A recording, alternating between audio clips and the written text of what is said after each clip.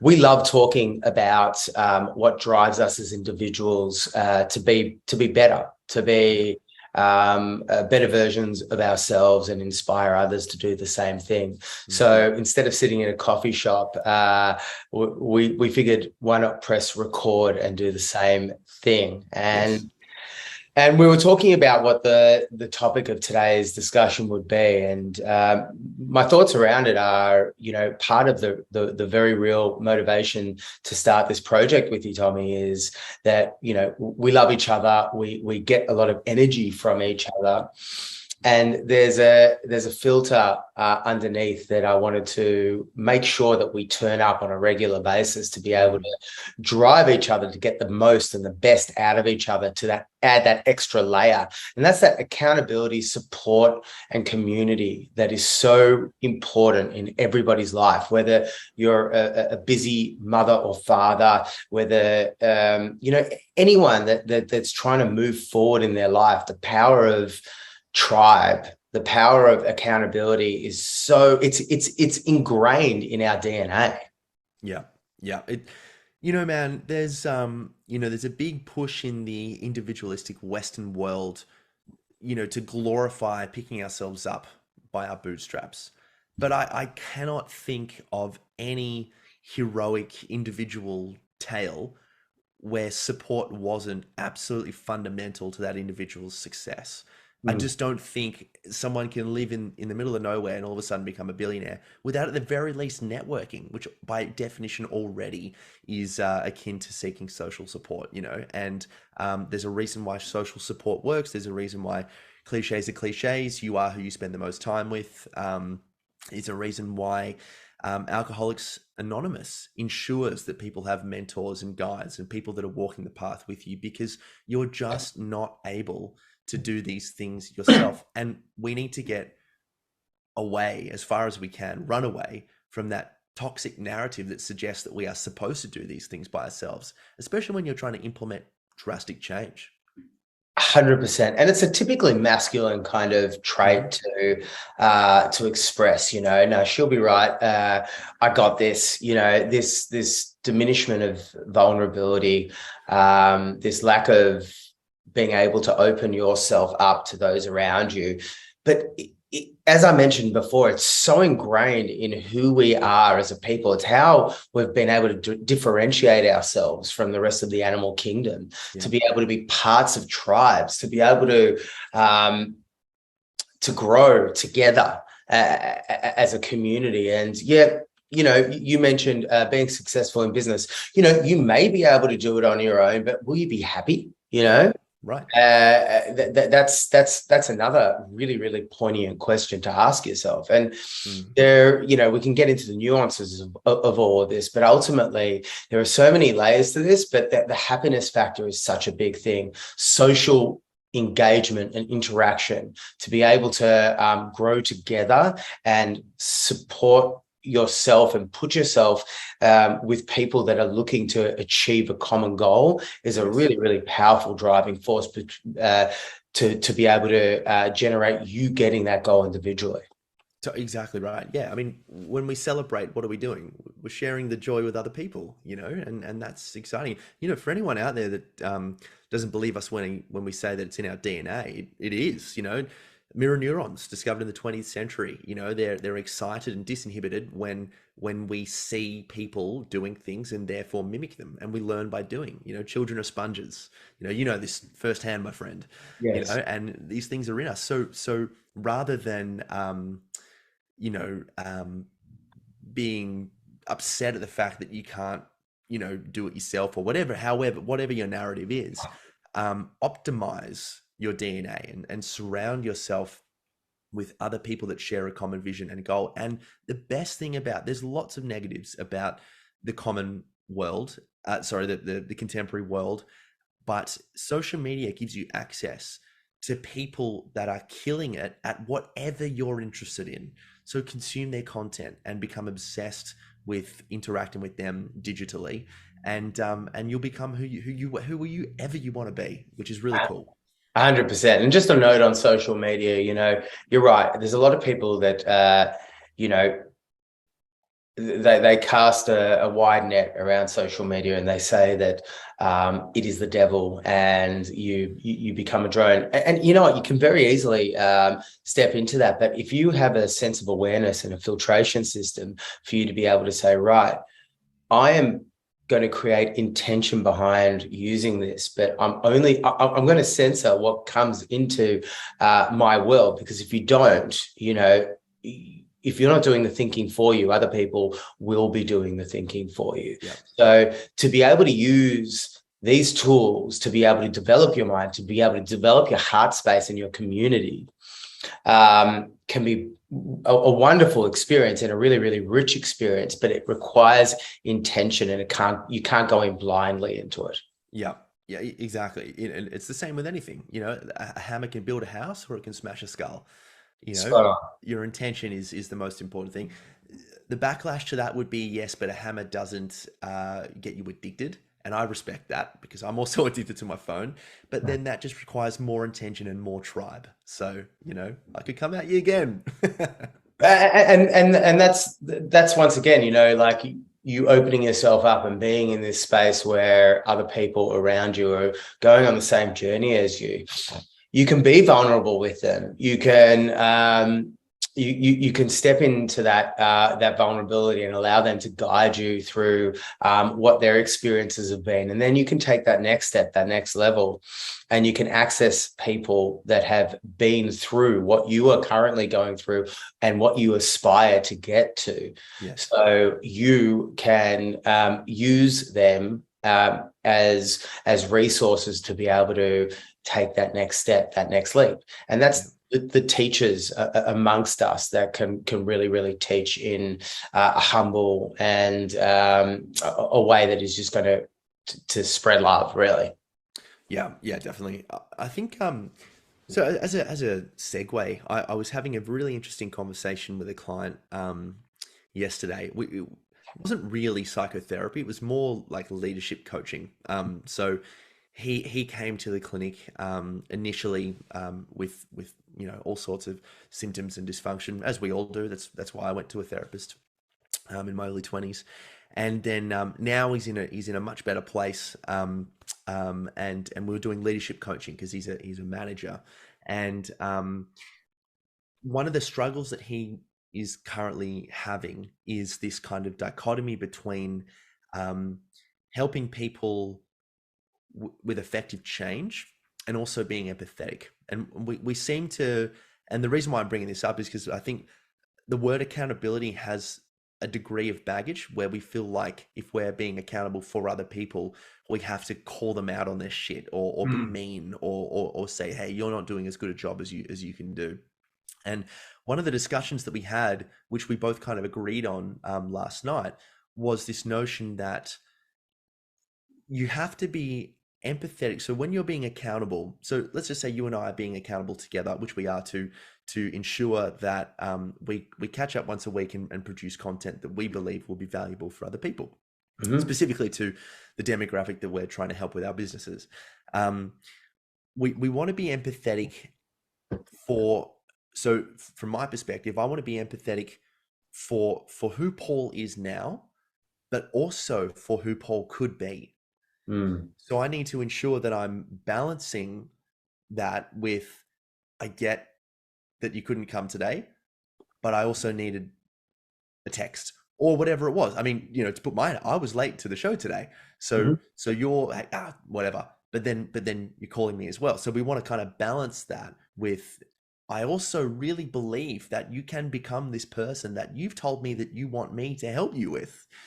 So from that kind of leadership perspective, accountability people struggle with because it's going, oh my God, I'm going to be called out. And it's, I'm constantly be told I'm a bad person. It's like, in the beginning, you said that you are really excited to achieve this vision and become this ideal person.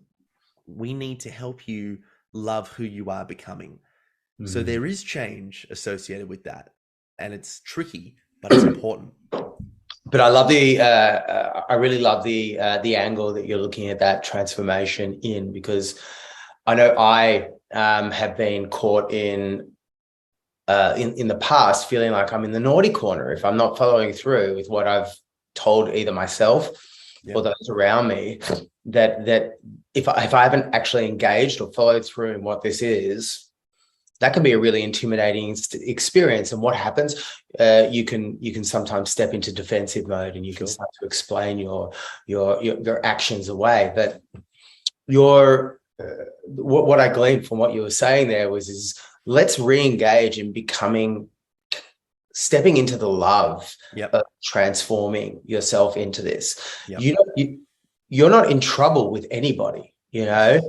You're actually doing this to become a person that you want to be more in love with, or you're more in love with the process of doing this. So let's get looking forward to it. Let's really immerse ourselves into it. And I see this happening in partnerships, in business partnerships, or in partnerships at home, or parenting. It's a very, very common thing to happen, and sometimes it's really liberating to be able to say, I fell short on this one. I'm going to do better because I want to do better, and I want to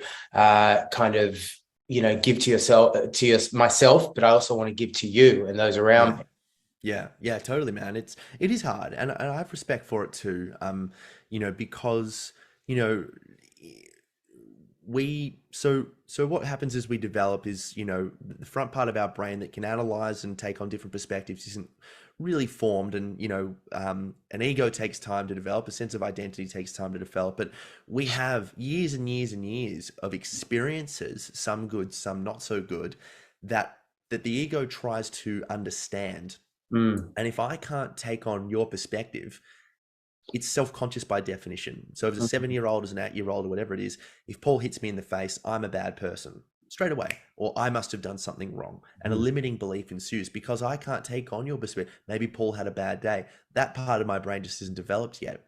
So as you become an adult and you're stuck and you're finding someone, so my partner and I work with people-pleasing, anxious women, and you see women who are stuck, and you would see it with busy parents as well, and there's obviously nuance and context with all this, but people who are holding on to an idea of who they need to be, which is no longer sufficient for the reality that life has given them, which is really challenging.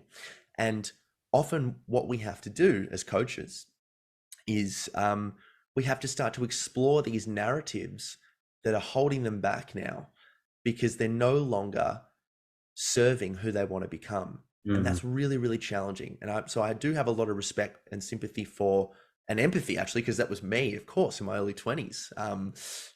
OCD diagnosis over here. Change is really hard because we become addicted to our suffering, because it's who would we be without it? Who's my new identity going to be? But if you just take that first step, well, now life has potential for you. So that's right. And there's ways that you could take that step with support and awareness, and the ability, like hugs, nice warm hugs around you to be able to do it where you don't feel alone. Because when you're stepping out of an identity and then into a new one, I would imagine for a period of time there, you could very easily feel like you don't have an identity. And I know this from personal experience. In the 40 years I've had on this planet, I've, had various different identities that I feel, I've been seen as, or in and around. Whether people even think about that of me at all is completely a different story. Yes.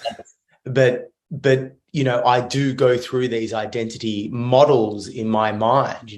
There was Paul Gleaser, the student, and then athlete, footballer, and then musician, and then personal trainer, and then there's all these different steps and identity shifts that take place. But ultimately, when you're moving into something, like you've said in the past about that.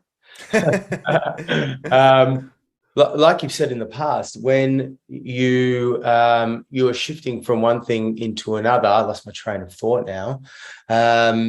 It's what happens. This is the modern world. Yeah. You can.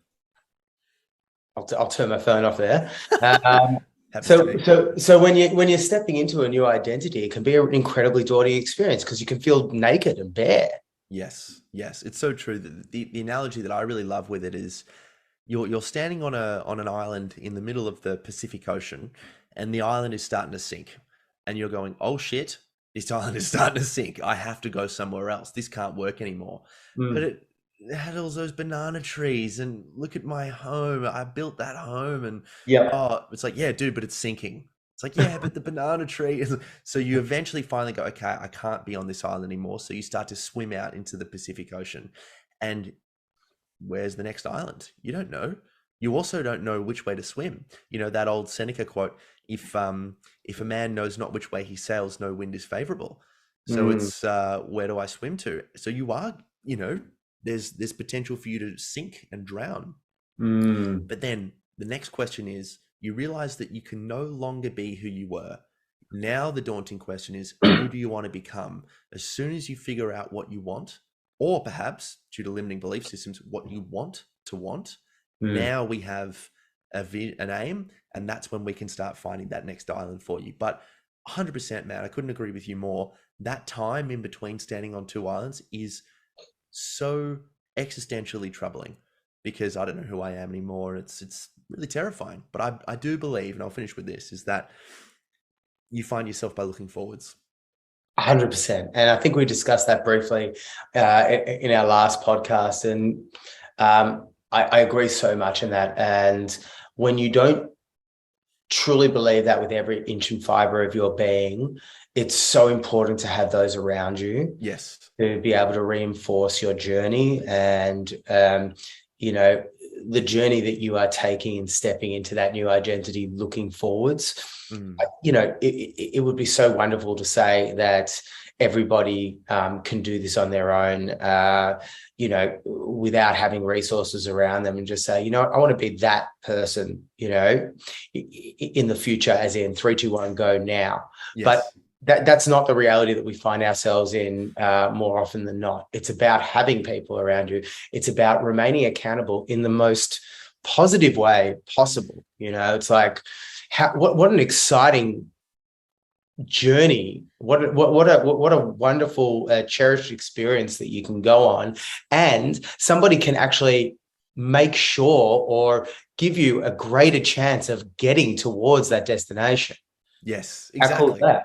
It's just wonderful. It's wonderful. And especially when you do the, so we have an Unshakable project, you have, the Hero program. These things, the reason why there's a group element associated with this is because what often happens when people are starting to change is, oh, it's easy for you, Tom, or easy for you, Paul. You guys, you've got this advantage, or you didn't have to deal with this.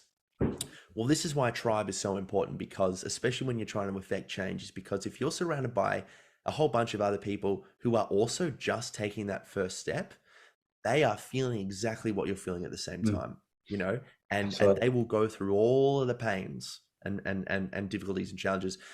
I went through it, Mm, but I also remember the same feeling of seeing. So I remember my first therapist appointment in 2014, and we started.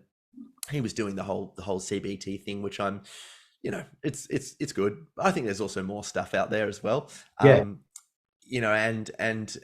And he was a really good therapist, I should say, not just to denigrate him, but he started talking to me about meditation, and I remember him saying what can tend to happen as you start to meditate is you start to you see your thoughts further and further away, so they're no longer who you are. They're just a part of you, like a foot, or Mm, almost, obviously I'm paraphrasing. But I remember hearing that. He's just told me what the view from the top of Mount Everest looks like. And I haven't even reached base camp yet. So I'm mm, ages away, and I don't even believe that kind of view is possible. And I yeah. remember saying, well, how long have you been meditating for? And he said, like 5 years or something. I'm like, so it's like you need that vision. Of course, you need that vision. Otherwise, Yeah. why climb Mount Everest? But doing it with other people, I mean, this might be a long bow to draw as a pretty broad analogy, but you never see someone climbing Mount Everest by themselves. Totally. It's Totally. why not? It's like, of course, you need to be safe, but having someone walk with you is important. But there's a safety in numbers, and there's a safety in being able to achieve any goal together. And you know that whole base camp Everest analogy. It's like, well, let's reverse engineer that back into daily landmarks that Yep. we can achieve. We're not going to be looking at the summit from day one. In fact, it's been proven through scientific studies that if you constantly are looking at that end goal, your chances of achieving that goal are vastly diminished versus being able to chunk back and reverse engineer what your little signposts are along the way. Nice. Elite athletes, they don't look at, they don't visualize the end mark in front of them. They visualize, the butt of the guy in front of them, and just Yes. stay in that kind of focused state, because that visual is going to keep them moving forwards. And then once they get in front of the butt of that person in front of them, then they set another goal in front of them, Yes. And it's really, really important to be able to have these kinds of these landmark steps along the way. Totally. It's so true, isn't it? You need both, and sometimes you need to balance both. I think about jujitsu. I think about how wonderful it would be to have a black belt. But I also think that the black belt is impossible unless I begin to just enjoy going to jujitsu.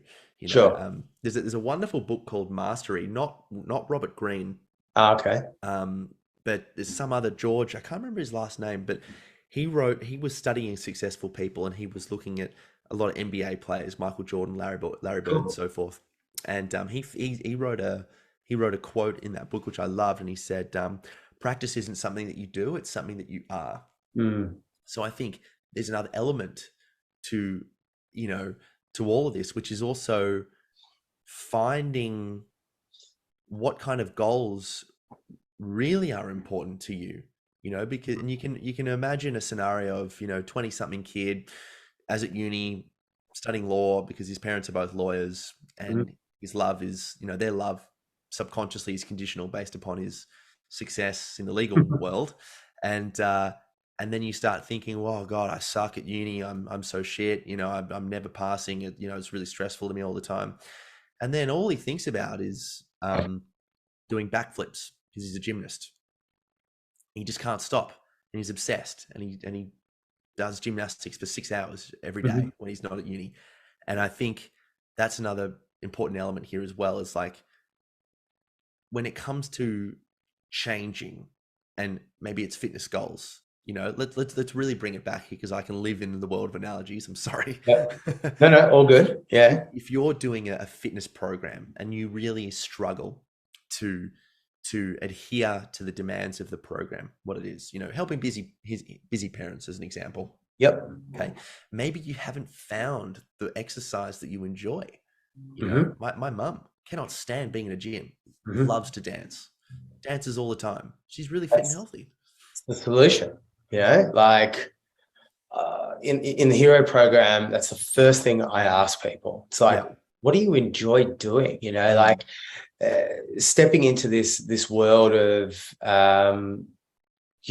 achieving goals. We always think that there's only subconsciously we feel like there's only one way to be able to achieve a certain goal, and through the commodification of the world that we live in right now, we feel like it's only achieved through a 45-minute session of whatever they're called, TW, what are all these classes called? Training and HIIT training, and all these different classes where they're manufactured into these 45-minute morsels of goodness, and then people sit on their ass for 14 hours for the rest of the day. And the reality is you're going to be just as likely to die early if you're still sitting on your ass for that period of time. It's important to be able to be paraphrasing the quote that you just used. You need to to be exercise. Yes. You don't do exercise. You need to be exercise. You need to be a vessel that expresses exercise in everything they do. Now, Yeah. that doesn't necessarily need to be absolutely everything you do, but if you're on a walk, if you're taking a meeting and all you require is your voice, well, God invented something called, earbuds, Right. where you can go for a walk, you can get access to vitamin D, you can start moving, getting oxygen and blood pumping through your lungs and all the vital organs in your body, and you can do all of this whilst being productive in a working environment. And I guarantee you're going to start getting those creative juices flowing even more as well, and you're going to be giving to your circadian rhythm as well, so you're going to sleep better that night. And this is all by simply getting up off your ass instead of sitting in front of a computer and moving around the block for half an hour, as opposed to sitting in what we classically see a working environment to be. And that can take place in lieu of going to what we classically see as a working environment, or a training environment like a gym. You can go, you can train outdoors, you can be in touch with nature, and all of a sudden these magical things start to happen because you are exercise. You're not doing exercise. Yeah, that's the thing, man, isn't it? It's identity shifts. That there's a great example that Tony Robbins talks about, and he says, you've got two smokers, both trying to quit. Have you heard this? No. Oh, it's brilliant. And I don't think our people have either. Okay, so that's good. That's good. I do repeat myself. He's got two examples of two smokers who are both trying to quit. Someone comes up to each of them and says, "Hey, did you want a cigarette?" Person A says, "Nah, no thanks, I'm trying to quit." Person B says, "No thanks, I'm not a smoker." Perfect example. If you're still identified, as someone who, you have heard it, yeah, it's brilliant. It's brilliant. Yeah, it's awesome. And then we can take that, even if you're someone who's trying to become a little bit more, a little fitter, or a little bit less people pleasing. It's hard. It's a slow journey, but all of this is very similar. We need to get women to a place where they can start to see that not people pleasing is possible. And for us, it's very much a state of, I use this with the client very recently. You might have a situation where you're always buying friends, food or whatever it is. We're not asking you to say no straight away. That's the top of Mount Everest. We're not asking you to say, no, it's your turn. Maybe you can say, I'm sorry, I forgot my wallet today. Just start off small. Maybe it's one push-up. There's a great Atomic Habits is a really good book. And he was talking about one of his readers. What's his name, dude? James Clear. James Clear, that's right. Yeah. He was talking about one of his readers who lost just an insane amount of weight, and he said that he would show up to the gym every day for a month for 5 minutes. Yeah. Do 3 exercises. Remember this? Yeah. I remember. I've digested that book pretty heavily. Yeah. It's just brilliant, though. I just love that. It's like, well, you can't lose a lot of weight.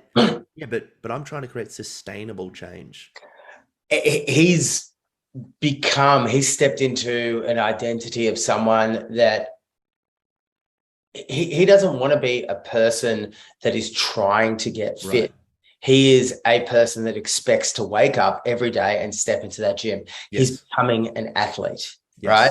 He's not trying to do the expression of exercise. He is now an athlete. He is the person. He is the identity. And he did that by expressing himself through bite-sized actions that he knew he was going to be able to achieve, through 5-minute excursions to the gym, because he knew that was going to be achievable, regardless of what was going on around him. Walk up, go for a walk on the treadmill, whatever it is, and then he'd come back. But by rote learning that, by expressing and reinforcing that through his environment, all of a sudden, he is now an athlete. Yes, exactly. And what were the results? Didn't he lose 100 pounds or something like that? Or just something I'm not sure 100% of the outcome, but I want to actually find it's in and around this quote, in and around what you're talking about. So Yeah, yeah. Terrifying, please. Yeah, yeah, sure. But I mean, that's the thing. I think as human beings, and this is what happens because the mind is very good at self-regulation and in an effort to achieve what's called homeostasis, which is basically just a fancy word for balance. But when you're in a very severe amount of pain, you're going to see a very, very clear greener grass, right? So what that means for us on a practical basis is that we try to just fix all our problems in a day. This is Mm, what we need. Sometimes it's with escapism. I'm so in pain, I need porn, food, shopping, sex, whatever it is. Insert, addiction here that is pleasurable. yeah.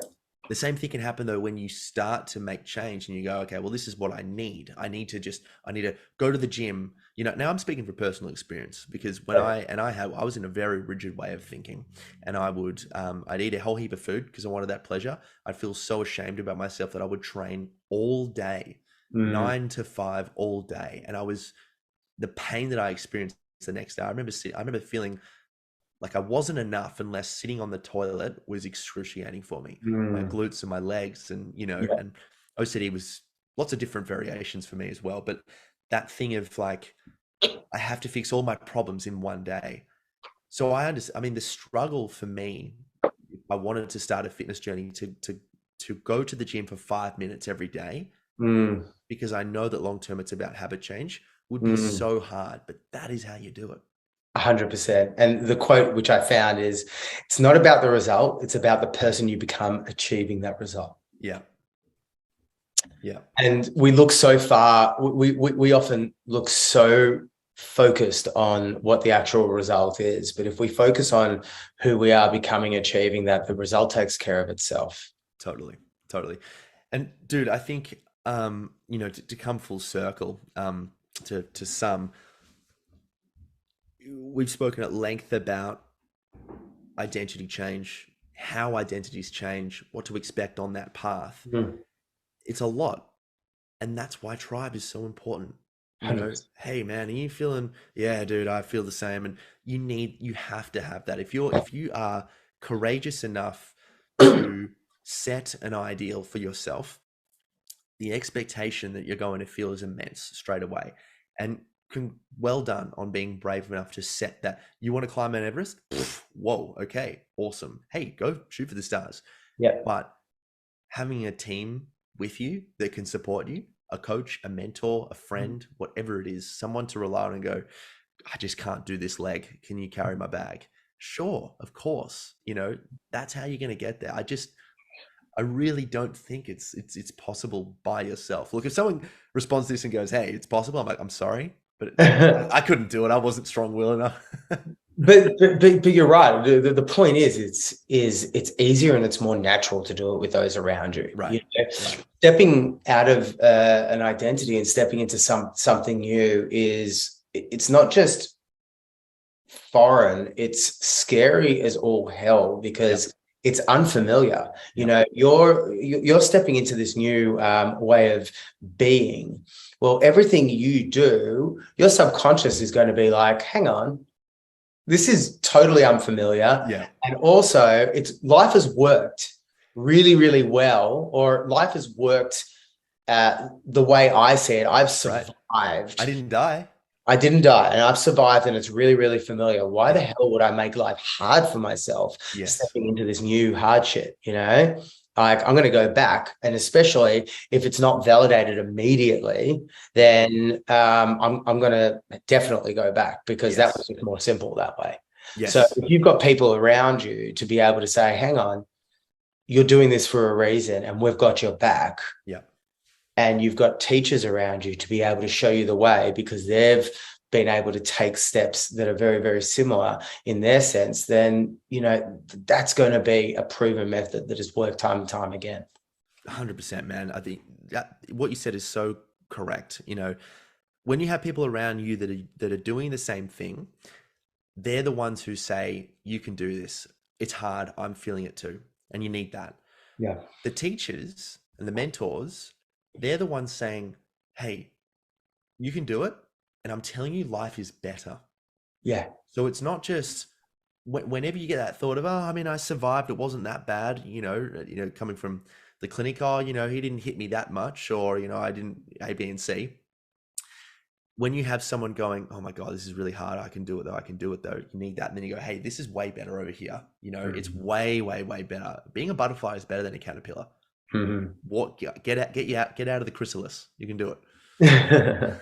Spot For on. sure. Yeah. For sure. Well, yeah, that's a really, really concise kind of sum up of roundabout way of what we've been discussing here, and that's all around community guidance and accountability. And I think if you're struggling to take those steps to be able to move towards the identity shift that you want to be able to, step into, reach out Yep. to Tommy, reach out to me, and we'd love to have a conversation with you, whether that's pointing you in the right direction of, or giving you a resource, or having a conversation about how to create your life in a way that you want to be Yes. in the future. We'd love to be able to help. Absolutely. Hey, for accountability purposes, we're excited to adhere to a weekly podcast session. 100%. Paul, I love you, mate. You're a great friend, and yeah, love our conversations. Yeah, same to you, Tommy. And I'm really excited for this project, bud. 100%.